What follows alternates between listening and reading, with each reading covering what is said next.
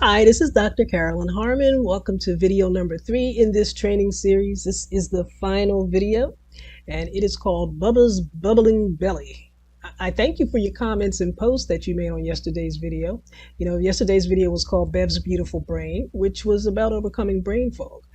And I also do appreciate you who came to last night's training, our Q&A session. And it was a lot of fun for me, and I hope it was a lot of fun for you. It's really a pleasure getting to know a lot of you. So thank you for participating.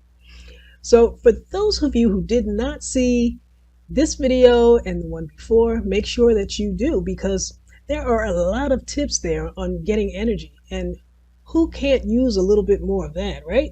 So look, you can find the video previous to this in the features tab, and you should be checking that features tab anyway every day so that you can find out what's going on in the group. So this video today is about heartburn, diarrhea, and bloating and how it can impact your life. Now, this training is really important because it provides super important details about a home treatment that you can perform yourself on yourself.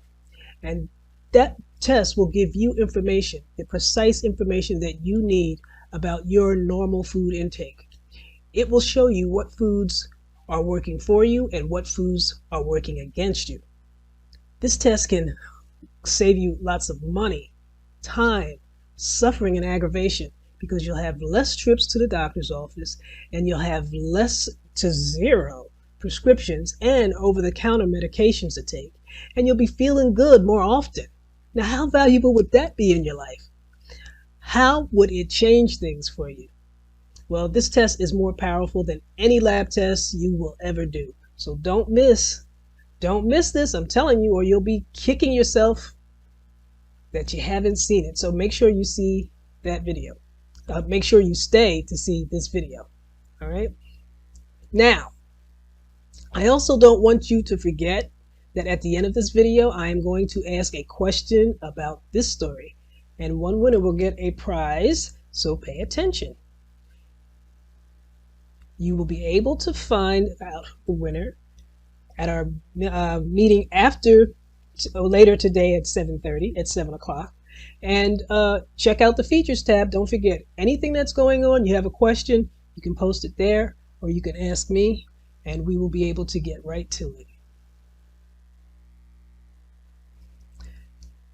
So, a step-by-step process to relieve heartburn, diarrhea, and bloating within days.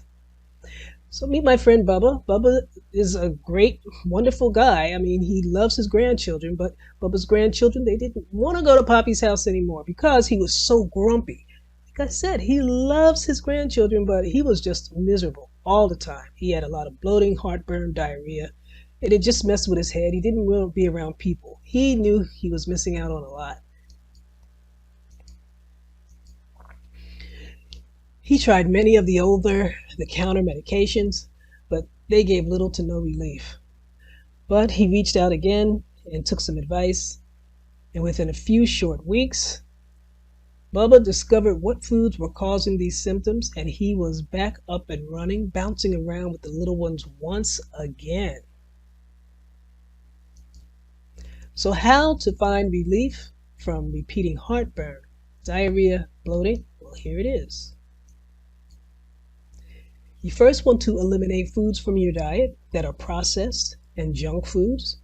So you want to eat foods that are real foods, anything that grows on a tree or it was living at one time. And you want to get a lot of water. As you know, water is responsible for a lot of activity that goes on in your body. There's no process that goes on that water does not enhance within your body. So you want to drink at least 8 ounces of water 6 times a day. Now here's why these things work, is because drugs that are used to treat chronic illnesses are made to remove non-food-like substances that are in junk food. Junk food is made with a lot of flavor from bad fats and sugar. That's why we love it. And also, chemicals in the processed and junk food are reacting with medications whose job it is to excrete it from the body. By not having the bad foods, you will lessen these symptoms. And also, there are some common natural foods that are grown or raised on farms and they use pesticides or unnatural feed. And those things too will affect your digestion. So these things do not get corrected. You may want to go on with step 3, which is to do an elimination diet. Now, in this elimination diet, it's just like it says. You take everything out of your diet and then you start to put things back. You can fast, just do a water fast, and then start to put things back. But if you need to have energy, and if you are in a situation where you're taking meds, you don't want to do that on an empty stomach. So what you can do is create a nice green smoothie. And anything in that smoothie you want to be organic only, because you want to see if you're having a reaction to pesticides, right? So you can have kale, spinach, collards, water, tart green apple, pear, and ginger. And this is what you're going to eat for 28 days. A nice smoothie every single day. Or maybe 1 or 2. But you don't want to put anything else in your stomach. Then you're going to start to add back the foods 1 day at a time. And then you're going to look for digestive system symptoms within 3 days before starting on the next food. Now, I say digestive symptoms because we're talking about that here, but these symptoms can show up anywhere in your body. For instance, they could show up as a rash. They could show up as just any old sensitivity and anywhere. So you want to be very careful not just to limit it to stomach upset. Maybe it might show up as headache for you or migraines, but pay attention to how you feel while you're on this diet. And then the things you're going to start adding back are going to be the most common irritants like gluten, dairy, wheat, soy, yeast, eggs, and sugar.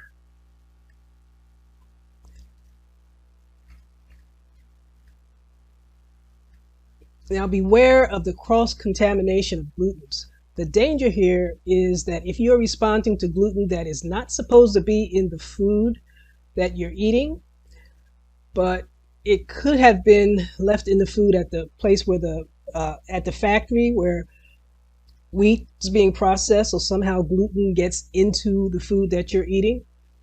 So you can have gluten responses triggered by very tiny amounts of gluten. And also it could be like in your home, maybe bowls or pots and pans don't get as clean as, you don't get the organic glutens out of your forks, your plastics especially. So maybe you might want to set aside special bowls and glasses that are free of gluten, that never have any kind of wheat or barley with them, so that you will remain relatively gluten-free. So I really, really love this elimination diet because it is a very personally specific test. It's much better than any lab test. You see, in the elimination diet, it's a bit unusual, but very powerful because of the nature of the diet itself. It will let you know what foods are affecting you.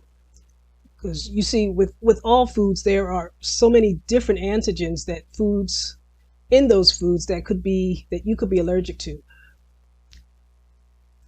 But in the lab, they can only test for just a few. For example, if you have a reaction to strawberries, and if the tests were done in the lab, there may be 35 different antigens that they have on their list that you would be tested for. So you might be negative for all those 35 antigens, but you may have sensitivity to other antigens within the strawberry that the lab doesn't have available to test. So that's why this test is a much better test than a lab test, and very specific, and it's going to give you what's going on with you. And that's what I love about this test. The next thing you want to do is you want to add the next layer of tests, the next layer to test, the next layer of food to test, and that would be caffeine, your citrus, strawberries that we talked about, sesame seeds, and the nightshades. And again, remember, you want to wait 3 to 5 days to see if you have any reaction to any of these responses.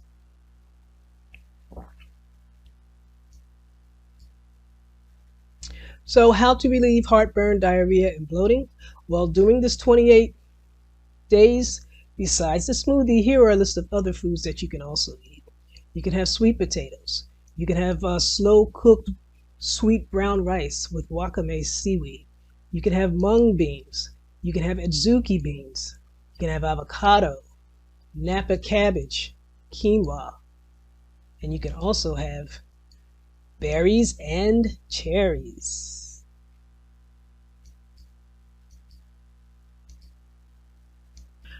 The digestive tract is just one layer thick. And just like the lectins that we discussed before in the other video, the gluten is also a protein that has the ability to rupture the link between the cells so that your foodstuffs can actually get into the rest of your body and go into the blood system and affect other organs of the body. That's why you look for reactions outside of the digestive system as well. So the reactions could also take place, like I said before, like rash or runny or itchy eyes, joint pain, headaches, runny nose, just a lot of different things. What happens is that the border between these cells become leaky, and over time the molecules from food are exposed throughout the body. Openings in the gut wall. So you allow 28 days to get through the diet to see what foods you are responding to and what foods you are not responding to. And also, you want your microbiome, the natural flora in your gut, to start to become a more healthy, more rounded community so that it is better able to serve you. So right here I have a description, a very beautiful description. I love this. This is what a leaky gut is. You see the area between the cells, two cells, where the tight junctions have been disrupted. You'll see that the molecules are able to escape right through the gut and into the body. Just like that. There you go. You see those little microbes in there? They're going on their way out the gut and into the rest of the body. So what causes leaky guts? There are several things that are associated, sort of even like when you're taking painkillers, over-the-counter pain medications, NSAIDs, protein pump inhibitors if you've ever had a problem with stomach ulcers, the common antibiotics. And why antibiotics? Because antibiotics kill bacteria. What's the microbiome made of? Da-da! Bacteria. Yeah. So yeah, you're killing off some of your good bacteria as well. So, after any round of antibiotics or anything like that, or either NSAIDs, you should make sure that you replenish those bacteria to your gut. Eat healthy foods, take probiotics, that sort of stuff. But you have to know which ones to take, and that takes testing. You just can't ask the guy at the health store, because he's never tested your blood. He doesn't know what you need. So that's how you have to find that out. There's also just stress and lifestyle habits that can interfere with your gut. I mean, stress interferes with all things, right? There are environmental toxins like the BPA in plastics and pesticides. And again, pesticides include herbicides and microcides, right? Microcides do what? Kill bacteria. What's in your gut? Bacteria. Good ones and bad ones. You know what? Those pesticides, they don't know the difference. So again, these are things that cause leaky gut and other health issues, right? Nutrition and your diet. We talked about gluten before, processed foods, and also mineral deficiency. So you need to supplement so that the biochemical reactions that hold those cells, links those cells together so that so that the hinges don't come, the glue between the cells doesn't come loose, pretty much. Yeah. Okay, so leaky gut has been associated with a lot of different disorders, and if you look, you'll see that a lot of these are things in your brain, like depression, chronic fatigue. Well, I guess that's like systemic, maybe not your brain, but the autism spectrum disorders, multiple sclerosis, schizophrenia. Remember, as we talked before in the other video, the brain and the gut are really connected, and actually some people think that the gut is the real brain. But, this is a debate that's going on, and it's really fascinating to listen to. I really just love it. if you're already taking medications, you can use these practices to lessen your symptoms until you're able to change and remove your medicines. Now, the one thing that you want to do when you're on that elimination diet is you want to journal everything, because you want to be able to see the relationships of the food to yourself. So you always want to also pay attention to the symptoms going on in your body. That is paramount to making that whole thing work. And if you are exposed to toxins and you know you're exposed to toxins, you can kind of like look out and try to lessen your exposure to toxins, take the precautions that you need to take, or be able to remove the toxins. But you need to be aware that they're there, how much you're being exposed to, and what you need to do to counteract if you can't get away from having them in your life. It's like stuff like plastics, right? They're everywhere, right? And if you're allergic or you have an inflamed GI tract, you can use these practices to find out your allergic foods or to heal your leaky gut. Like I say, allergic, if you have a rash, even like pimple, acne and stuff, you might want to look at what you're eating and see if you have any of the causes right there.